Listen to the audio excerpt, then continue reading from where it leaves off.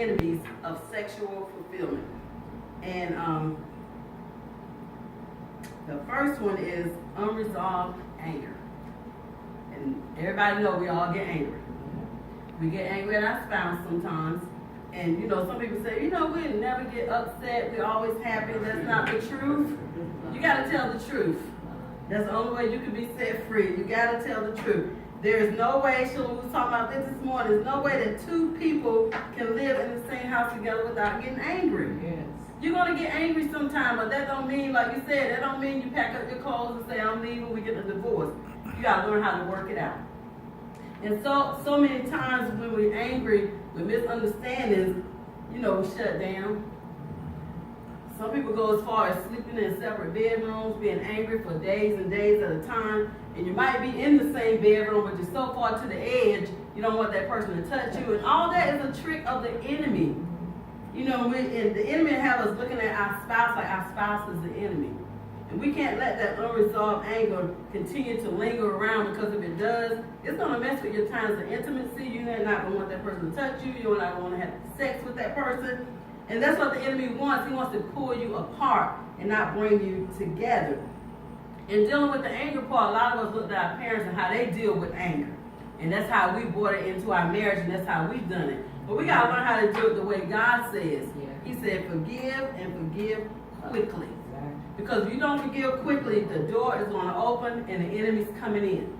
And you'll find yourself, you're not talking to each other, you're giving each other the cold shoulder. No sexual needs are being met, because who wants to be intimate with somebody they're mad at? Mm-hmm. And that's why when you get upset with each other, come together, talk about it, pray about it, and get rid of it quickly. The Bible says in Ephesians 4:26, it says, and don't sin by letting anger control you. We can't allow anger to control us, because it's going to mess up those intimate times that you're having with your spouse. We're supposed to be together walking as one, but now we're the enemy, because he said something I didn't like, she said something I didn't like, and instead of dealing with it, we give each other the cold shoulder, the silent treatment. We go to bed angry at each other, and the Bible tells us, do not let the sun go down while you are still angry.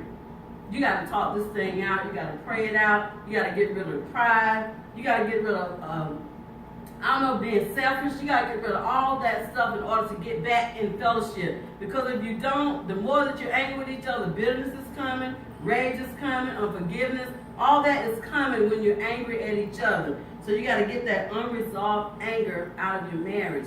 And so many people do it. They putting all kind of anger on top of each other, top of each other, top of each other. And you find out the next thing they're in divorce court.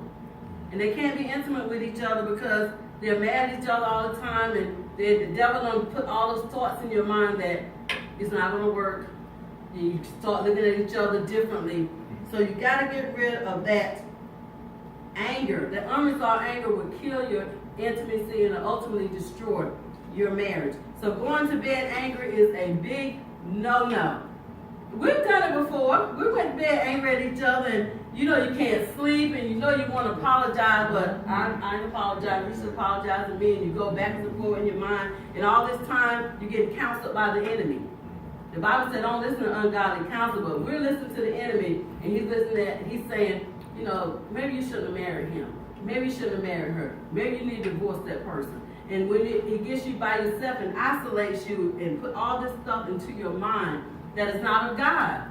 It's not of God for a Christian couple to go to bed mad at each other, because you should be praying before you go to bed and coming together on one accord. It's not in God's will for us to be separated from each other. You in one room, I'm in the other room, and we're mad at each other. That's not of God. So we're going to get angry, but the way that we deal with it is the issue. That's the issue, how we deal with our anger. And Ephesians 4:31 and 32 says, get rid of. So God is telling us to get rid of all bitterness, rage, anger, harsh words. And we can be harsh sometimes, say ugly words to each other. It's not of God.